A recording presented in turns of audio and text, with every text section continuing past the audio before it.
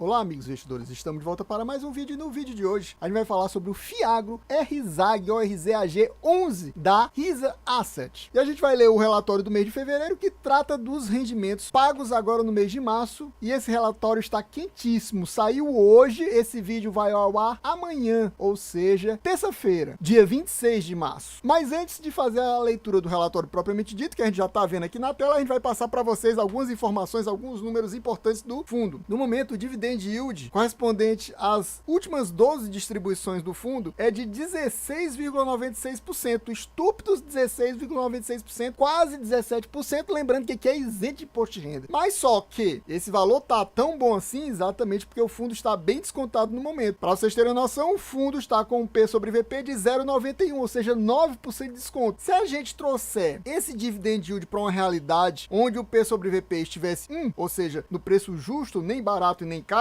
não tão descontado como está hoje 9%, o dividend yield seria diferente, seria 15,40%, cairia cerca de 1,5%, mas mesmo assim 15,40% isento de imposto de renda ainda é um rendimento muito top. O patrimônio líquido do fundo atualmente é 645 milhões, a gente vai ver que ele está com mais dinheiro investido, por quê? É porque ele está alavancado, o número de cotistas dele é top, ele é um dos fiagros que tem mais cotistas, 88 mil cotistas, a liquidez dele diária é muito boa, eu digo sempre nos vídeos de fiagro que o ideal é que seja no mínimo 1,5 milhão, mas o bom mesmo é a partir de 2, e ele tem 2,5 milhões de liquidez diária, ou seja, é muito fácil vender e comprar cotas do fundo. Os últimos 2 dividendos distribuídos por ele foi exatamente de 11 centavos, em fevereiro e agora em março. Mas antes, ele tinha anunciado um em dezembro, que pagou em janeiro, que foi 11 centavos e meio. Ou seja, a gente vê uma queda pequena, mais pequena, do dividendo distribuído. E esses 11 centavos, no final do mês passado, quando ele foi anunciado, equivaliam a um dividend yield do mês de 1,22%, o que é um rendimento muito top no momento, porque anteriormente era na faixa de 1,35. Depois de umas 2, 3 quedas da Selic, 1,20 ficou mais ou menos sendo padrão. Mas agora, atualmente, depois já da quinta queda, já indo para a sexta queda,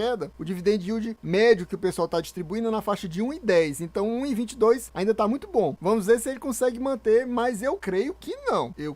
Vamos ver. Não acredito que ele consiga manter a partir de maio. Anuncie no final de abril e mantém em maio, porque ainda tivemos mais uma queda de 0,5 ponto percentual na Selic agora no mês de março, que vai afetar os rendimentos recebidos em abril. E eu acho que isso aí acabar com esses 11 centavos, provavelmente a partir do mês de maio, vem 10 centavos e meio. Passando alguns números para vocês do fundo aqui, a gente vê o spread médio da carteira do fundo é 5,24%, CDI mais 5,24%, ou seja, mostrando que ele é um fundo mesmo com a pegada high yield, porque acima de 5 já é considerado high yield. Os middle risks vão até uns 4,5 mais ou menos. Então esse aqui já é high yield mesmo. O fundo tem 34 ativos, não teve nenhuma compra esse mês, então isso é igual ao do mês passado, pelo menos é para ser teoricamente, mas ele tem poucos devedores, viu? 34 é o número de ativos, mas devedores ele só possuem 18. Tem a KPS, que é um monstro aqui dentro do fundo, 22% alocado em KPS, são vários CRAs da KPS, o valor patrimonial da cota a gente não está nem falando mais, é 9,48, patrimônio alocado é 106,2%, mas eu acho que aqui está errado, desatualizado a alavancagem. O fundo, para quem não sabe ainda, é 100% indexado ao CDI, ou seja, ele sente muito duas coisas, queda da Selic, é afetado pela queda da Selic, e é afetado pela quantidade maior de dias ou menor de dias úteis, porque se tiver maior quantidade de dias úteis, ele recebe mais. Se tiver uma quantidade menor, ele recebe menos. Temos aqui a DRE do fundo, mas ele ainda comenta o seguinte, que no mês passado, né, no mês de fevereiro, o fundo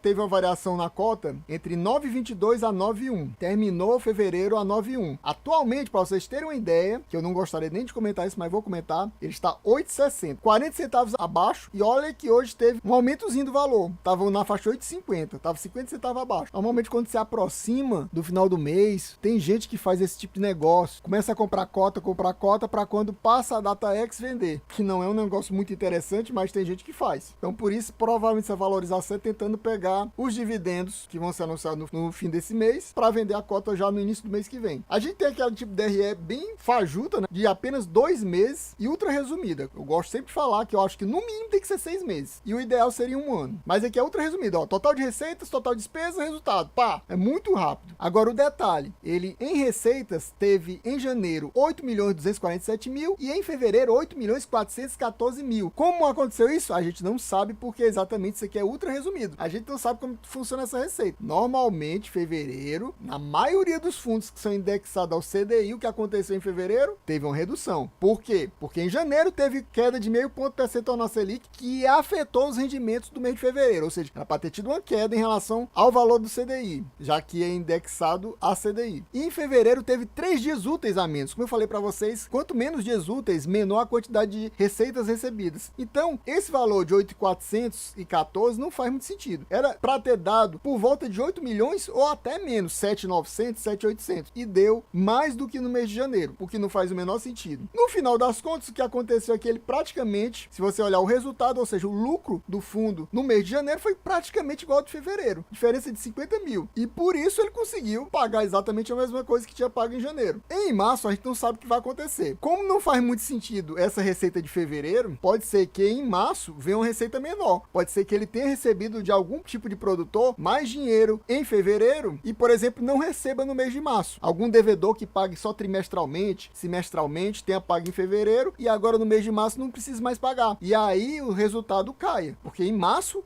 era para ser mais, porque vai ter pelo menos um dia útil a mais. Se eu não me engano, 1 ou 2 dias úteis a mais do que em fevereiro. Ou seja, a receita era para dar maior. Mas se aconteceu isso, de em fevereiro ter algum devedor pago a mais não pagar em março, pode ser que tenha uma queda. Vamos ver o que vai acontecer. Mas se não houver essa história, tiver o mesmo pessoal pagando mensalmente, provavelmente em março acaba vindo até mais um pouquinho, mas não o suficiente para pagar 12. Provavelmente vai manter os 11, se sobrar alguma coisa, coloca em reserva e a gente não sabe se ele tem reserva, porque aqui também é falho o relatório, porque não mostra a reserva. Mas como eu já falei para vocês, né, nesse instante, eu acho que no mês de maio ele vai pagar menos. Mas maio se refere às receitas de abril, né? A gente nem entrou no mês de abril. Mas em maio é para ter uma queda maior, porque abril tende a ter um dia útil a menos, provavelmente, do que março, e ainda tem a queda da Selic, que caiu agora no mês de março, que vai afetar as receitas de abril. Os comentários do gestor aqui que ele faz só são esses aqui. Vamos lá. Apesar dos desafios climáticos, que a gente já sabe dessa história, que está sendo propagada desde dezembro do ano passado, e também de desafios de rentabilidade, né? Desafios climáticos e de rentabilidade. Ele já não está falando só do clima. Os produtores de grãos, porque esse fundo aqui tem grãos, tem soja, que o pessoal disse que ia ter uma quebra grande na safra de soja. A gestão do fundo continua monitorando ativamente todos os devedores e nenhum, isso é importante, nenhum devedor deixou de honrar suas obrigações. Ou seja, tá todo mundo adimplente, ninguém tá devendo ao fundo. Então tá tudo ok até o momento, até agora. Se teve realmente uma quebra de safra, não afetou os pagamentos feitos pelos devedores até o momento, não. E ele tá em pipeline 2 operações no fundo. Uma que ele vai fechar em março, disse que ia ser na segunda quinzena de março, ou seja, já deve estar fechada no momento que a gente tá gravando esse vídeo, de 20 milhões em grãos e sementes, e uma que ele vai fechar em maio, ou seja, daqui a 2 meses ainda praticamente. E no final das contas, ele vai ficar com patrimônio alocado de 109%, ou seja, ele vai se alavancar mais um pouquinho. Aqui mostra que a alavancagem do fundo já está 9,5%, tá aqui embaixo, ó, 109,6%. Ou seja, como eu falei lá em cima, aquele que mostrou lá naquela página inicial estava errada, estava dizendo que era 106,2%, na realidade já está 109,6%. Ou seja, depois daquele pipeline todo, ele vai manter a mesma alavancagem, o que é estranho. A gente vê que por causa dessa alavancagem ele está com patrimônio líquido de 110, quase 111 milhões, que é meio fake, porque na realidade o patrimônio real dele é 645 milhões, como eu falei no início do vídeo. E vamos lá, gosto sempre de citar isso aqui, detalhe, aqui ele mostra 19 operações. Na realidade, operações aqui é sinônimo de devedores, porque operações, ativos, ele tem 34, como ele falou lá em cima. Mas na realidade isso aqui tá errado também, porque aqui no 14º repete o primeiro, que é a KPS. Então são 18 devedores na prática, todos CRAs, todos indexados ao CDI. Olha as taxas aqui, taxa como eu falo, a partir de 5 já é high yield, um 4 alto já é high yield. Você vê como ele tem muitas taxas altas, nenhuma assim muito absurda, porque tem alguns outros FIACs que tem taxa CDI mais 8, CDI mais 9. Eu mostrei um vídeo do AGRX no último fim de semana que tinha mais de um devedor com taxa de CDI mais 8, CDI mais 9, era vários desse tipo, CDI mais 8, mais 9. Aqui o absurdo é CDI mais 6. É alta? É, sim, é high yield, mas não é tão alta como um CDI mais 8, mais 9, como tem lá no AGRX, mostrando que o AGRX tem uma pegada mais high yield ainda, apesar de ter outros FIAGs aí que às vezes tem alguns devedores com taxa de CDI mais 10, CDI mais 12, que eu já vi, mas isso é bem raro também. Sempre a preocupação, KPS aqui, eu gosto de citar sempre a KPS, tomara que a KPS não tenha problema, mas se tiver um problema, o RZAG se complica, porque é 22% da carteira do fundo, é muito valor investido na KPS aqui, 133 milhões mais 10 milhões, 143 milhões no total. A Tafona é outro devedor preocupante, com 17,3% do fundo, 112 milhões investido nela. Soma as duas, é quase 40% da carteira do fundo, meus amigos, quase metade. Fora elas duas, tem essas duas aqui que também preocupam, mas não tanto, mas são quase 10%, 9,31 e 9,2 outro. 60 milhões, 163 mil uma e 60 milhões a outra, que são a Celine